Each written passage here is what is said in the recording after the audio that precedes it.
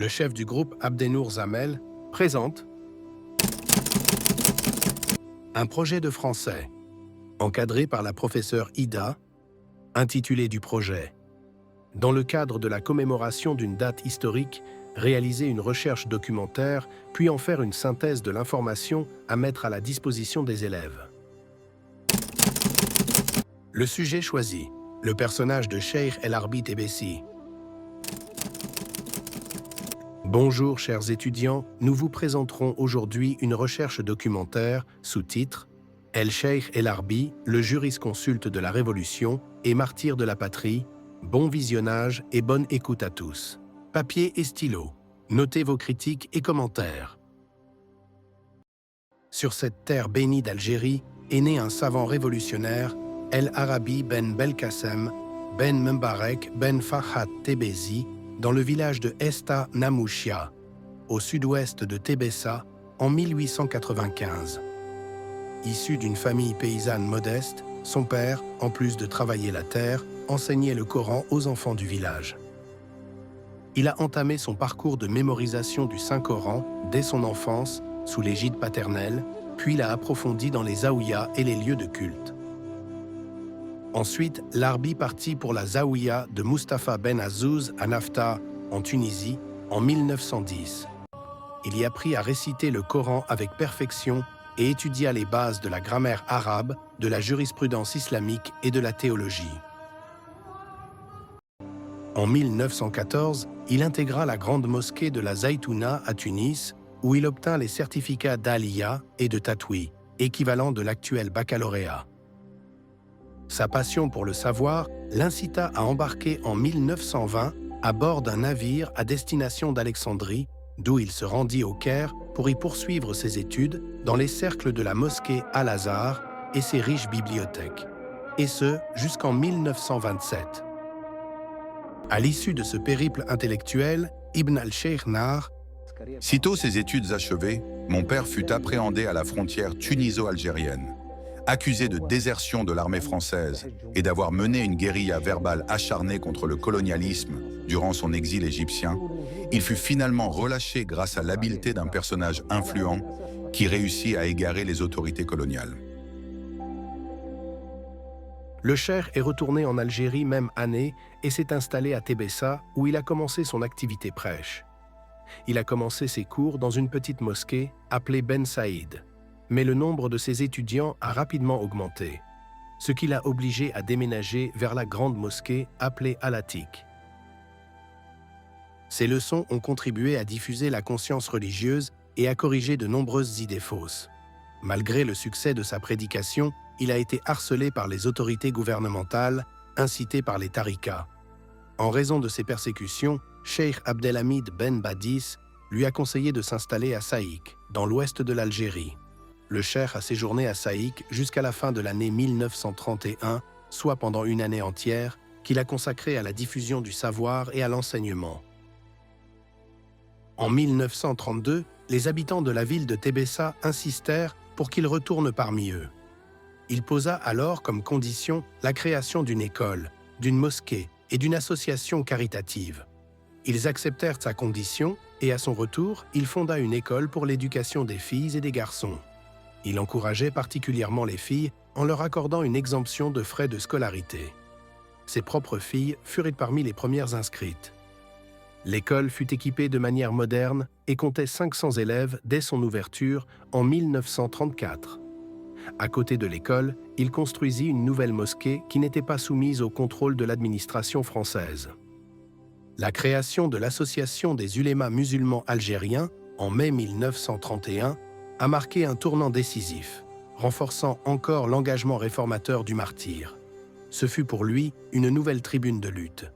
Compte tenu de son vaste savoir et de son courage, il a occupé plusieurs postes importants au sein de l'association, passant du poste de secrétaire général à celui de président de fait. Ses fonctions ne l'ont pas éloigné du triptyque de sa révolution réformatrice, la mosquée, l'enseignement et l'écriture.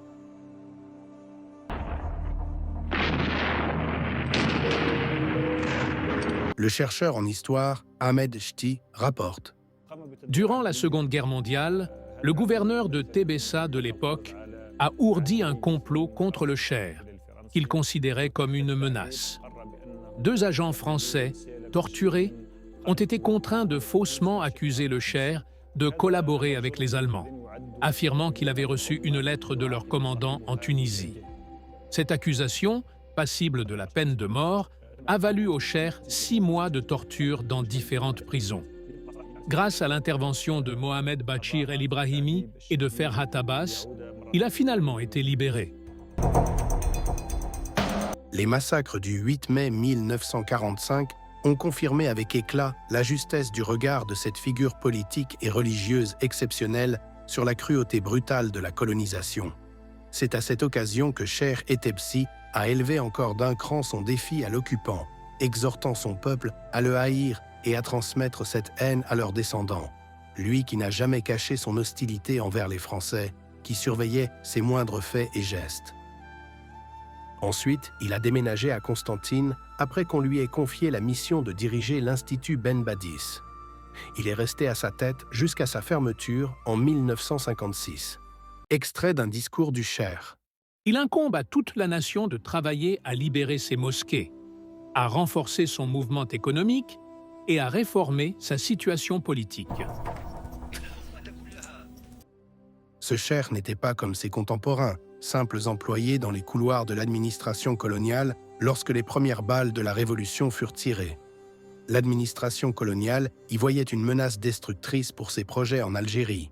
Il était donc une cible à surveiller. Ses mouvements étaient espionnés et réprimés, en particulier en raison des rapports de renseignement le liant au groupe de la jeunesse de l'éclaireur musulmane.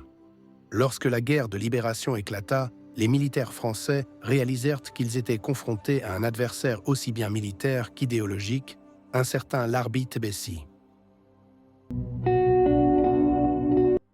Le docteur Jawad Abdel Latif, chercheur aux archives françaises, a déclaré « J'ai récemment découvert un manuscrit de la main du Cheikh El Arabi Tebessi contenant des informations révélatrices. Ce manuscrit fait état d'une initiative de réconciliation entre 2 grands partis politiques qui pesaient lourd sur la scène politique. Le Mouvement pour le triomphe des libertés démocratiques, dirigé par Messali Hadj, et le Parti des Amis de la Manifestation et de la Liberté, dirigé par Ferhat Abbas. Le Cheikh a proposé la nécessité d'unir les différents courants politiques, quelles que soient leurs affiliations, autour de l'idée d'une union pour l'indépendance. Le 1er novembre 1954, la révolution algérienne, fruit d'un ferment mondial réformiste, intellectuel et culturel, a éclaté en une insurrection armée visant à libérer le pays du joug colonial. Le Cher, pour sa part, a apporté à cette lutte de libération nationale non seulement un soutien financier sans réserve, mais aussi tout le poids de son autorité religieuse et politique. Il a joué un rôle déterminant dans la mobilisation des Algériens autour des idéaux de la djihad et a incité à un effort de collecte de fonds sans précédent. Le résident général français de l'époque, Lacoste, le contacta alors pour lui demander d'ordonner aux Moudjahidines de cesser le feu. Mais il lui répondit d'un ton dur « Je suis honnête depuis mon enfance, je ne finirai pas ma vie en hypocrisie. » Incapable de l'intimider ni de le corrompre, la France mobilisa ses troupes et organisa un enlèvement brutal, dans le but de le réduire au silence et de briser son influence sur la Révolution.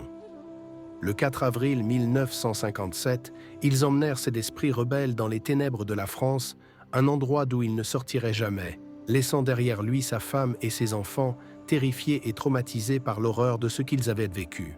Son jeune fils Moubarak raconte « Les soldats français sont entrés chez nous. Mon frère aîné, ma sœur et ma mère étaient là. Mon père a fait une crise. Ils ont envahi sa chambre et un capitaine des parachutistes lui a ordonné de le suivre, l'accusant d'arrestation. Mon père est allé chercher ses vêtements, mais le capitaine l'en a empêché et l'a emmené en pyjama.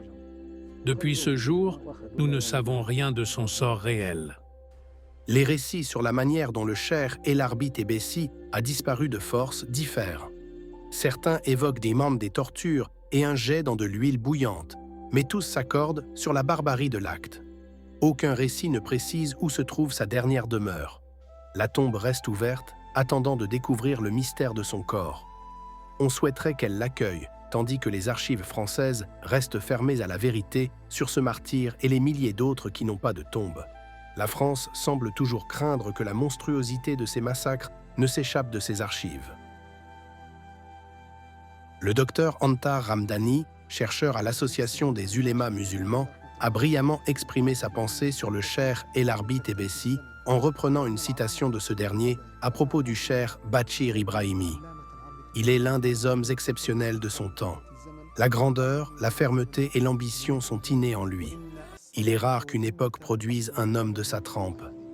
Pour honorer sa contribution exceptionnelle à la nation et perpétuer son héritage, de nombreux établissements, dont la Grande Mosquée, l'aéroport, l'université et une lycée, ont été nommés en son honneur. Mes chers enfants, la science est une lumière qui dissipe les ténèbres de l'ignorance, et la patrie est une dignité qui ne se vend ni ne s'achète. Faites de la quête du savoir et de l'élévation du drapeau national votre objectif ultime, et que votre mémoire soit bénie dans l'histoire de la nation. Permettez-moi de répondre à la question que vous vous posez. Pourquoi ai-je choisi la personnalité du cheikh El Arbi Tebessi? Il est une figure emblématique de ma région, et de nombreuses informations le point concernant sont disponibles. C'est en raison de sa pensée réformiste qui m'intéresse particulièrement, en raison des rôles et des fonctions qu'il a occupés, en raison de ses menaces à l'encontre du colonialisme et de son courage face à lui. Et enfin, pour vous le faire mieux connaître. Maintenant, nous laissons le jugement à vous et aux professeurs, et posez vos questions. إخواني لا تنسوا شهداءكم من ضحوا لحياة البلاد. إخواني لا تنسوا الشهداء.